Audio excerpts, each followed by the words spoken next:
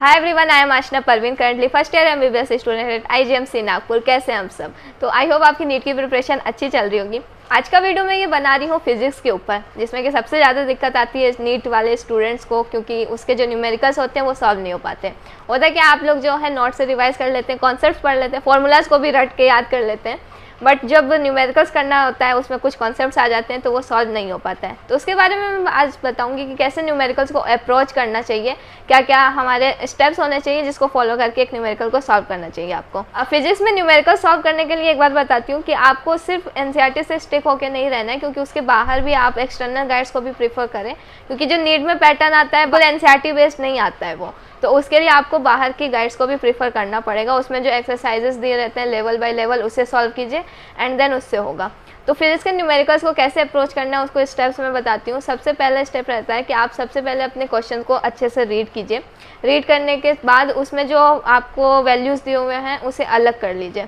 Second point जो रहता है कि आप उसको क्वेश्चन को रीड करने के बाद डायग्राम्स को ड्रॉ करने की कोशिश कीजिए कि डायग्राम्स आप उससे ड्रॉ कर सकें।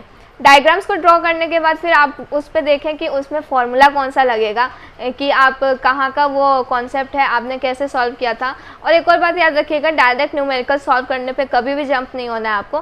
पहले अपने नोट्स को रिवाइज कीजिए, देन उसके अकॉर्डिंग कुछ एग्जाम्पल्स जो हो, सॉल्व एग्जाम्पल्स, उसे सॉल्व करिए पहले।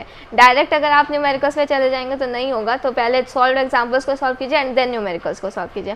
फिर उसके बाद आपको फॉर्मूला जो है उसे पुट करना है एंड देन उसमें वैल्यूज़ रख के और फिर आपका जो होगा। न्यूमेरिकल सॉल्व करने का एक एग्जांपल मैं आपको दिखा देती हूँ कि कैसे हमें सॉल्व करना चाहिए, तो उससे आपको एक आइडिया लग जाएगा, रफ आइडिया, कि कैसे जो स्टेप्स मैंने बताया उसे कैसे अप्लाई करके और फिर आपको न्यूमेरिकल सॉल्व करना है। अब जो इतने सारे क्वेश्चन प्रैक्टिस आपको करने पड़ेंगे फिजिक्स में, तो उसके लिए एक ऐप के बारे में मैं आपको बताना चाहती हूँ, that is Memonit app. Memonit app पे बहुत सारे एनसीईआरटी बेस्ड क्वेश्चंस दिए हुए हैं जिसको सॉल्व करके आप अपने कॉन्सेप्ट्स को क्लियर कर सकते हैं। मैं आपको दिखाती हूँ क्या क्या है इसमें। आप इस ऐप को ओपन करेंगे, मेमोनीट ऐप। यहाँ पर आपको ऐसे मिलेगा तीनों सब्जेक्ट्स का, that is biology, chemistry and physics. सबसे पहले मैं बायोलॉजी का आपको दिखाती हूँ।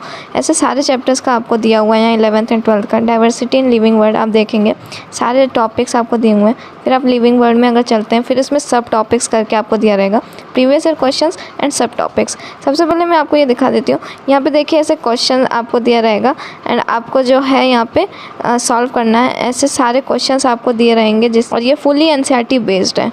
सी सेम मैं केमिस्ट्री का अगर आपको दिखाऊं तो inorganic, organic and physical chemistry, ये 3 पार्ट्स में आपका डिवाइड करके दे रखा है। बिल्कुल अच्छा सेग्रीगेशन है। एक 30,000 प्लस क्वेश्चंस दिए हुए हैं एंड वो भी एनसीईआरटी बेस्ड, तो इस वजह से बहुत अच्छा हो जाता है ये आपके प्रैक्टिस के लिए।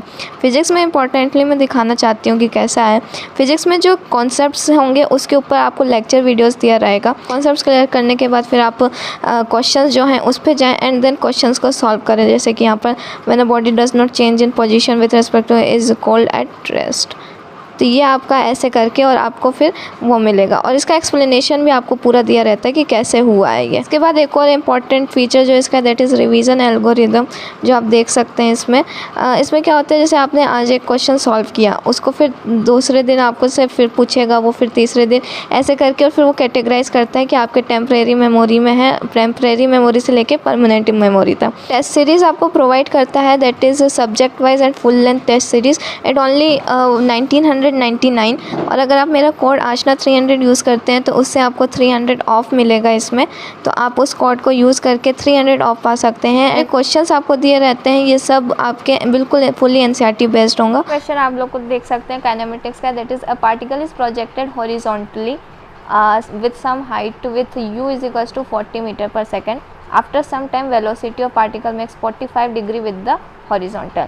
तो क्वेश्चन को आपको पहले प्रॉपरली रीड करना है कि क्या दिया हुआ है एंड देन उसके बाद जो मैंने बोला कि आपको उसके अकॉर्डिंग फिर डायग्राम बनाना है। तो देखिए डायग्राम आपको ऐसे बनाना है कि एक हाइट है आपका, कोई सा भी h हाइट मान लीजिए ये है, एंड देन यहाँ से आप एक पार्टिकल को प्रोजेक्ट कर रहे हैं with the u is equals to 40 metre पर सेकेंड दिया हुआ है। ऐसे आपको डायग्राम पूरा बनाना होता है प्रॉपरली। और फिर ये आपको पता होगा कि प्रोजेक्टाइल प्रोजेक्शन का ये है।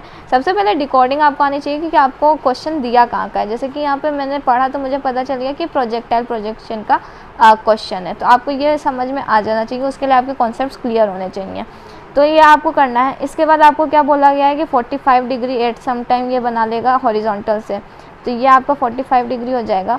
एंड ये v हो गया, ये आपका x कंपोनेंट हो जाएगा एंड ये आपका v y कंपोनेंट हो जाएगा। अब आपको पता होगा, अब आपको अपने कॉन्सेप्ट को यहाँ पे अप्लाई करना है कि जो आपका u होता है वो vx के बराबर आपका आ जाएगा v cos 45 डिग्री। u जो होगा vx के बराबर हो जाएगा v cos 45 डिग्री। u आपका 40 दे रखा है एंड v बाई रूट 2, तो आपका v क्या हो जाएगा 40 रूट 2। लेकिन आपसे क्वेश्चन में पूछा क्या गया है, उसके लिए आपको ये निकालना ज़रूरी है, टाइम एट दैट इंस्टेंट। तो टाइम के लिए आपको फॉर्मूला अगर आपको पता हो तो वो होता है अंडर रूट 2h बाई जी, या फिर एक फॉर्मूला होता है that is V Y minus U Y by G. ये आपका फॉर्मूला होता है। वी वाई आपका अगर आप निकालेंगे अब यहाँ से, तो वी वाई क्या होता है वी साइन थीटा आप निकालेंगे तो वो 40 ही आ जाएगा। तो वी वाई आपका 40 होगा। यू वाई आपका जो है ये 0 है, तो ये 0/10, तो ये आपका 4 सेकंड निकल के आ जाएगा। अब आपको हॉरिजॉन्टल डिस्प्लेसमेंट पूछा हुआ है, हॉरिजॉन्टल डिस्प्लेसमेंट। अब फिर इसका फॉर्मूला क्या होगा, डिस्प्लेसमेंट का फॉर्मूला क्या होता है अगर आपको पता हो तो यू, और आपको हॉरिजॉन्टल बोला हुआ है तो एक्स कंपोनेंट आपको लेना है प्लस हाफ, और ए जो है एक्स में टी स्क्वायर। तो ए एक्स में तो कुछ भी नहीं लग रहा है, ये 0 होगा क्योंकि जी जो है आपका ये 90 डिग्री, जी तो ऐसे लग रहा है तो उसका 90 डिग्री पे हो गया, तो जी आपका एक्ट नहीं करेगा, ए एक्स आपका 0 हो गया। तो आप क्या लिखेंगे यू एक्स इंटू टी, और यू एक्स क्या है आपका 40 है एंड टी आपका क्या है 4, तो 160 मीटर। तो ऐसे आप अपने क्वेश्चन को सॉल्व कर सकते हैं। तो आप देखिए सबसे पहले मैंने क्या किया, कुछ नहीं किया, पहले अपने क्वेश्चन को आपको पढ़ना है कि उसमें दिया क्या क्या। जैसे हॉरिजॉन्टली दिया हुआ है तो हॉरिजॉन्टली आपको यहाँ पे बनाना है। यू आपको दिया हुआ है 40 मीटर पर सेकेंड, फिर वेलोसिटी आपको v आपको दे रखा है कि 45 डिग्री वो बना रहा है। इसके बाद आपको यहाँ पे अपने कॉन्सेप्ट्स को अप्लाई करना है। डायग्राम आप बना लेंगे तो आपके लिए आसानी हो जाएगी, जैसे ये कंपोनेंट्स में आप कर लेंगे। फिर आप यहाँ से देख लेंगे कि vx जो होता है वो u के इक्वल होता है, फिर वहाँ से आपका v आ गया, उससे आप vy को निकाल लेंगे एंड देन फिर आप सिंपली फार्मूला पुट करके अपने आंसर को निकाल सकते हैं। तो ये वीडियो था फिजिक्स न्यूमेरिकल्स के ऊपर कि कैसे हमें अप्रोच करना चाहिए, उसे कैसे स्टेप बाय स्टेप सॉल्व करना चाहिए। आगे मैं बताऊंगी कि फिजिक्स के क्वेश्चंस को आपको कहाँ से सॉल्व करना चाहिए, कैसे एक्सरसाइज बाय एक्सरसाइज ये सब बताऊंगी। और आपको अगर कोई भी डाउट है तो आप मुझे कमेंट सेक्शन में पूछ सकते हैं या मेरे इंस्टाग्राम पे मुझे मैसेज करके पूछ सकते हैं। आपको अगर मेरे नोट्स चाहिए, शॉर्ट नोट्स चाहिए, तो आप मेरा टेलीग्राम चैनल को ज्वाइन कर सकते हैं। एंड अगर आपको ये वीडियो अच्छा लगे तो इसे लाइक कीजिए, शेयर कीजिए एंड मेरे चैनल को जरूर सब्सक्राइब कीजिए। Thank you so much.